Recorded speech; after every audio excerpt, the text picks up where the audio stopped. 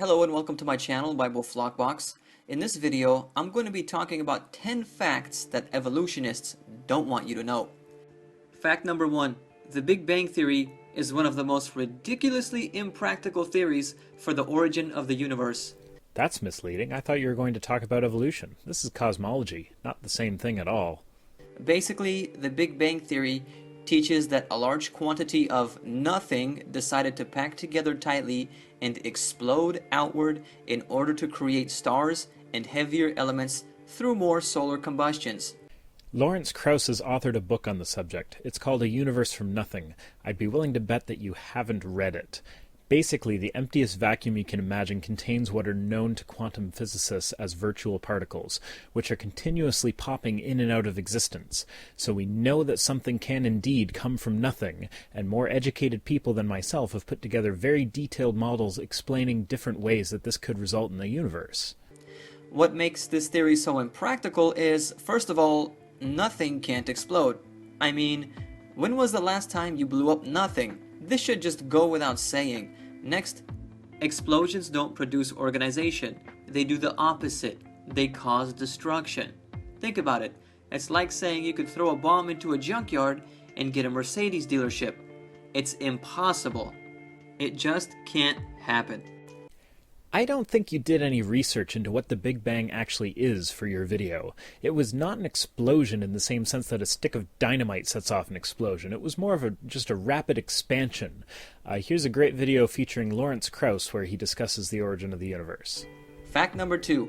The fossil record does not support the theory of evolution. This is because no actual complete skeletal missing links have been found. Missing links are remains that prove one species have crossed over to another, like a half-man, half-monkey. Evolution teaches that, through natural selection and mutations, it took man approximately 6 million years to evolve. That means during that whole time, species of animals were changing from one to another and progressing towards manhood. Yet, there is not one complete set of skeletal remains that prove this. There should be literally millions of complete skeletal remains of transitional types of species if evolution did, in fact, take that long to occur. But what do we have instead? Some skulls and teeth and other small fragments of bone, which really prove nothing, because if you don't have the complete skeleton from where the remains came from, you can't prove they are transitional fossils. Simply claiming those remains came from a transitional type of species is not enough proof. I see what you did there. I love that qualifier complete. I gather that you know that without it, your argument fails miserably. We have dozens of transitional fossils all throughout the fossil record, and you don't need a complete skeleton to demonstrate that an animal doesn't belong in a certain group. If you just have a skull, for instance, a paleontologist will be able to tell you what species the skull came from. Sometimes it can be so obvious from one single skull that even my 6-year-old daughter at a recent trip to the Science Museum was able to point out the differences between the skulls of chimps, humans, and Australopithecus afarensis. Not to mention, some of those transitional fragments have turned out to be complete hoaxes. Take Piltdown Man, for example. In 1912, parts of a jaw and skull were found in England and called Piltdown Man. Evolutionists used these remains to claim they had clear evidence that man descended from ape-like creatures. However, in 1953, it was proven to be a total forgery. Laboratory tests confirmed that the bones were rather recent, not ancient, and that they had been stained with bichromate to make them look old. Also, the canine tooth of the skull was found to have been filed and stained. This isn't the only hoax like this. I'll include a link in the description box to a book entitled Evolution Cruncher, which goes into more detail about this and thousands of other scientific facts that discredit the theory of evolution. Piltdown Man was debunked by science. When it was discovered that it was a fake, scientists were the ones who pointed it out, the same scientists whose work supports the theory of evolution. If there were some massive conspiracy to push evolution against all evidence, then it would have been in their best interest to keep the Piltdown Man hoax a secret. Fact number 3. Dinosaurs did not go extinct 65 million years ago.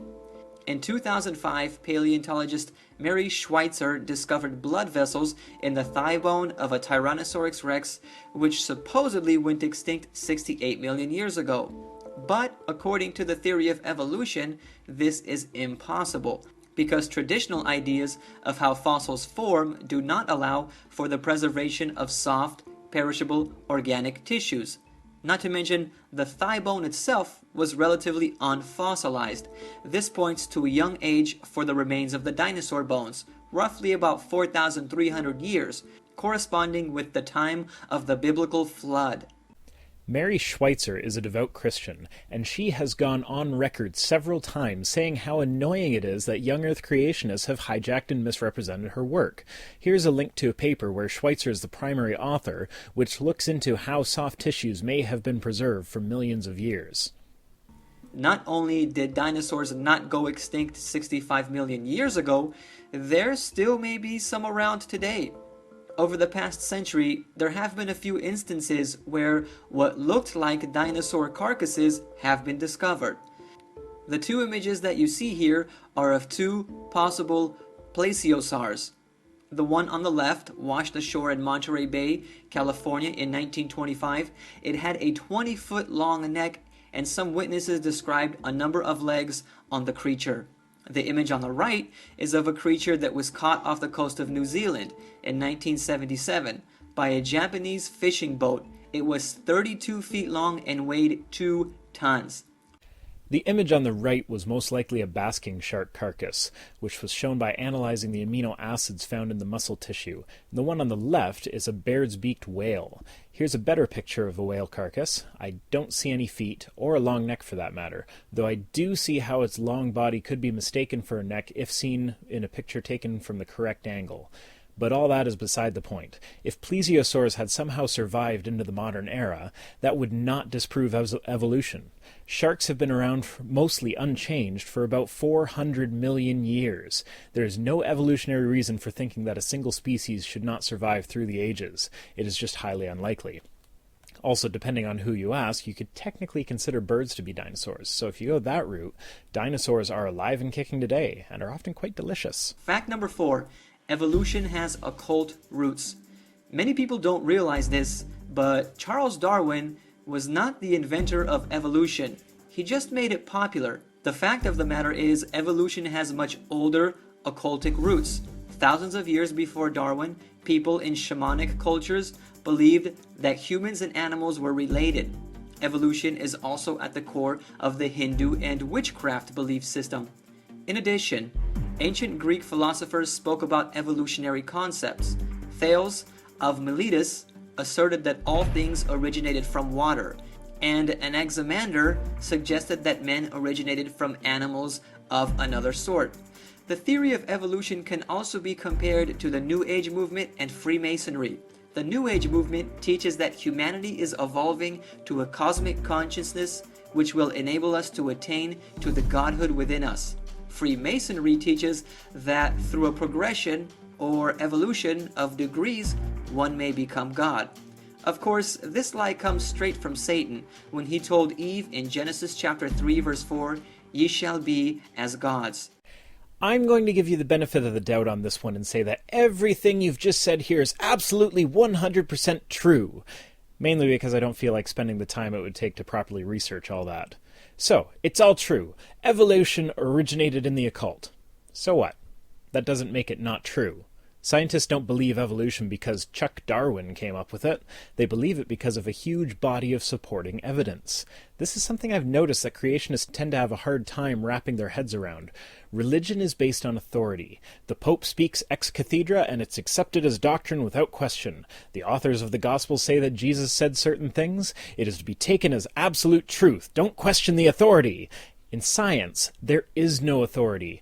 If you can disprove something, it doesn't matter what your credentials are. You don't have to have any scientific training whatsoever. If you're right, it will be duplicated by other scientists to confirm, and you'll be recognized for having been right. The reason that scientific discoveries tend to go to people with scientific credentials is just a matter of education. I mean, if you spend your entire life dedicated to some very specific study of science, then you are far more likely to make new discoveries in that area than someone who has been spending their entire life sitting around on their mother's couch on unemployment. Fact number 5. Evolution is impossible because of irreducible complexity. Irreducible complexity means that certain biological systems are too complex to have evolved from simpler or less complete predecessors through natural selection or chance mutations. There is an entire series of videos which go into detail about this subject called Incredible Creatures That Defy Evolution. You can even find clips of those videos on YouTube, and they have a webpage on bibleprobe.com. They talk about animals that could not have evolved because they are too complex. One example is the bombardier beetle. The following quotes are from their webpage. The bombardier beetle defends itself by mixing chemicals that explode, firing through twin-tailed tubes that can swivel like gun turrets. The bubbling liquid that shoots out at 212 degrees Fahrenheit is enough to deter most predators. The force of the round fired should be enough to blast a little beetle into orbit, if not pieces, and it would be if it was discharged at one time. Slow motion photography has revealed that the crafty beetle actually lets go with a stream of up to 1,000 little explosions. Together, they are enough to put off would-be attackers while leaving the small defender with its feet still on the ground. There is simply no way the bombardier beetle could have evolved its sophisticated defense system over time, adding swiveling gun barrels or its repeater firing mechanism at different stages. It needed them all in one package at the same time. A beetle that blew itself up would not be around to develop a more refined firing system. A beetle that could not keep the enemy in firing range would not survive to work on more maneuverable firepower. There's simply no way a slow, gradual process will produce this beetle. This is one example of many given by incredible creatures that defy evolution. Others include the giraffe, woodpecker, and even the chicken egg. If you would like more information on those or other animals that could not have possibly evolved, click on the link to the incredible creatures that defy evolution that I have left in the description box, or look up Incredible Creatures That Defy Evolution on YouTube. Here's a link to a great article discussing the irreducible complexity, specifically the bombardier beetle. It describes how each step of the evolutionary process could have happened and gives examples of current living animals that display the characteristics of almost every step. Also, funny that you should mention the giraffe. It's an excellent example of a creature that is surely not intelligently designed. The laryngeal nerve in a giraffe, in all mammals actually, including humans, becomes trapped under the aortic arch during the embryonic development. The nerve needs to go from the base of the brain to the top of the throat, where the larynx is. To do this, because of the aortic arch trap, it has to run down to the chest first. In a giraffe, this means that it needs to take a 4.5 meter detour just to travel a few centimeters. Fact number 6. Evolution is impossible because of the DNA species barrier. DNA doesn't allow one species to evolve into another one. In other words, there is no way, no matter how hard you try, that you can produce a cat from mating different breeds of dogs over time. It's a biological impossibility.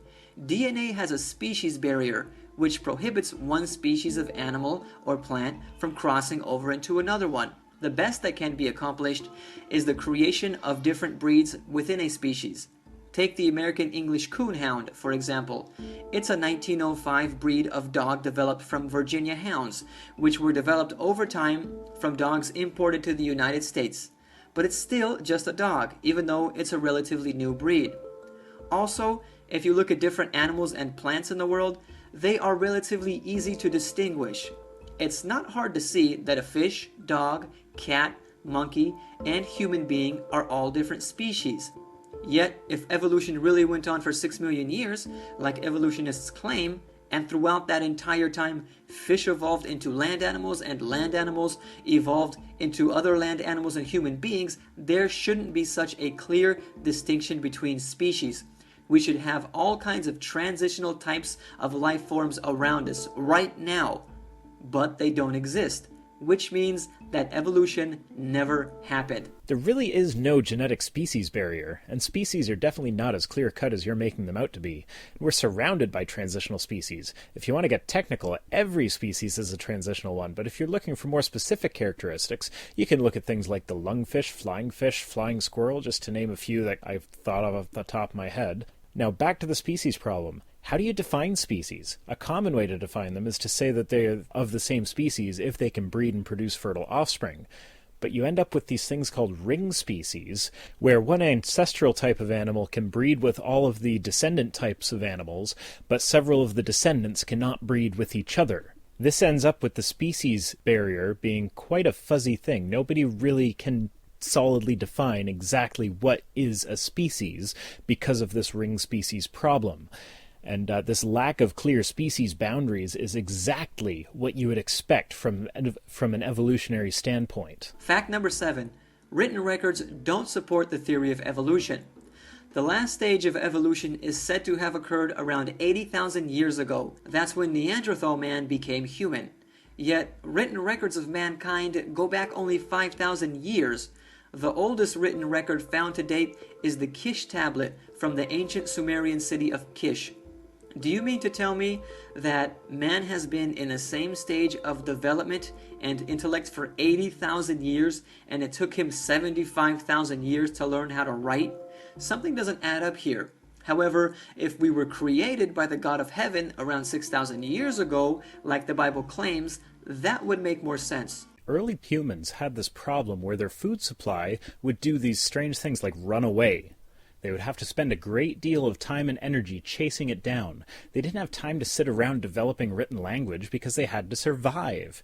It's possible to teach chimps to recognize written words, so they have the mental capacity for written language. Why haven't they developed their own written language in the wild? Because they spend all of their time on survival. It wasn't until the agricultural revolution that people started to have free time, which is what allowed new technologies, including written language, to develop. And even if it was just a case of ancestral human beings being too stupid to have thought it up on their own, who cares? Our evidence for the age of the earth and evolution is not tied to when the written word was invented. Fact number 8. Evolution is a religious belief. Evolution is just as much, if not more so, of a religious belief than Christianity and biblical creation. The reason being is because it takes more faith to believe in evolution than it does biblical creation. For those that believe in biblical creation, at least we have a written record that states God revealed the act of creation to Moses. In other words, we have the testimony of someone that was actually there, God. For the theory of evolution, there was no one there to observe the origins of the universe, so it's all guesswork. Not to mention, the belief in creation is just more logical than evolution. For example, doesn't it make more sense to believe that all of this life on Earth, full of complexity and design, was created by an intelligent designer like God? Evolutionists, however, will not admit that their belief is a religion. Why? My opinion is because it would violate the First Amendment of the Constitution, which prohibits the government from supporting any one religion, and evolution is taught in public schools in the United States. Therefore, just like public schools are forbidden from leading students in prayer because prayer is a religious matter, they would also be forbidden from teaching evolution. Firstly, evolution is supported by mounds of evidence. Secondly, let's apply a court analogy as creationists often like to do. In any decent court of law, actual physical evidence is weighed much more heavily than testimony, and the person you have called to testify in this analogy won't even speak to anyone who doesn't believe in him, and his testimony was recorded by several third parties thousands of years ago. This is known as hearsay, and any respectable court would just throw it out. And the definition of religion is usually centered around a supernatural or superhuman controlling power. Nowhere in any textbook on evolution does it say that there is some force controlling it outside of nature. Fact number 9. Evolution teaches immoral behavior. You're going to bring up Hitler, aren't you? Since evolution teaches survival of the fittest and that we were not created by God, that means that we are not subject to God's laws, or any other laws for that matter. Instead, it's only the strong that survive by any means necessary. Darwin also taught racism. He claimed that some races were more evolved than others and therefore more intelligent. And this line of reasoning has led to some devastating consequences throughout history. Darwinian evolution was the driving force which led Hitler to first sterilize and there he is. And then exterminate mentally and physically handicapped individuals in Germany in his eugenics program in 1939. It was actually called the Action T4 program. It authorized specific doctors and officials to carry out mercy deaths, euthanasia, of those the state deemed unworthy of life. Hitler considered them to be useless eaters. Over 70,000 people were murdered, including children, and the technology used to kill them was transferred over to the killing of the Jews in concentration camps during the Holocaust. Hitler was motivated by Darwin's views on racism and survival of the fittest to exterminate the Jews. He believed that by doing so, he would advance the human race in the cause of evolution. 6 million Jews lost their lives, half of which died in horrifying concentration camps. Another famous individual, Jeffrey Dahmer, the American serial killer, which murdered at least 17 people between 1978 and 1991, blamed Darwinian evolution for his actions. He stated in an interview on MSNBC that evolution cheapens life and leaves you accountable to no one. He also went on to say that he had accepted Jesus Christ as his Lord and Savior after his father sent him some literature about creationism, which exposed the lies of evolution. On November the 28th, 1994, Jeffrey Dahmer was beaten to death in prison. Okay, there's a lot to deal with here. Firstly, I don't recall reading anywhere that Darwin thought that some races were more evolved than others, and I couldn't find anything like that in your sources. Secondly, even if Darwin did think that, as we established before, he's not the god of evolution. He can be wrong, and was on many occasions. Then there's the whole Hitler thing. This whole point is a logical fallacy known as the argument from consequences. Example: if you let a new driver drive a car, they could crash it and die. Therefore, they should never be allowed to drive. Just because Hitler used evolution as an excuse for killing does not mean evolution is therefore incorrect. Otherwise, I might be tempted to point out that Hitler constantly invoked the Christian God when explaining his actions. The German SS officers wore belt buckles that said "God with us." So if evolution is wrong because Hitler was evil, then Christianity is wrong on the same grounds. As to the killing of children, why is that a problem for you? Didn't your God personally kill hundreds, if not thousands, of children? Ever look into the history of the Passover? How about Noah's flood? Not to mention the ordering of the death of children in the conquest of the Holy Lands, and happy is the one who seizes your infants and dashes them against the rocks. As to Jeffrey Dahmer, if he accepted Jesus, then by your own logic, this mass-murdering psychopath is now enjoying eternal bliss with minimal punishment for his crimes. That's justice for you! Fact number 10. The theory of evolution is not a fact. Sometimes when I read comments on websites about the theory of evolution, I find adamant evolutionists stating evolution is a fact. If it's a fact, then it wouldn't be called a theory. The theory of evolution, which is basically a set of ideas used to explain how life could have come into existence through time, natural processes, and genetic mutations. This is not a fact because no one was there to observe it, and no one can prove it beyond the shadow of a doubt. If it was a fact, it would be called the fact of evolution, not the theory of evolution. I have seen other of your videos where you actually show that you kind of understand the difference between a theory and a fact, but either you are lying or you didn't understand what you yourself said. Christians seem to be under the impression that if a theory gains enough evidence, it then graduates up to the level of a fact. This is not so. A theory is an hypothesis that has gained so much evidence that it would be laughable to deny it. For instance, germ theory, heliocentric theory, gravitational theory. A fact is simply an objective and verifiable observation. Theories are used to explain facts. For instance, fact: if I drop a ball, it falls. The mechanisms for this are explained by the theory of gravitation. Fact: animals change over time. The mechanisms for this are explained by the theory of evolution. Not to mention, once analyzed by any thinking Christian, it becomes apparent that the theory of evolution is simply an attempt to explain away the existence of God so that people who don't want to submit to the authority of God in their lives could have some justification for not doing so.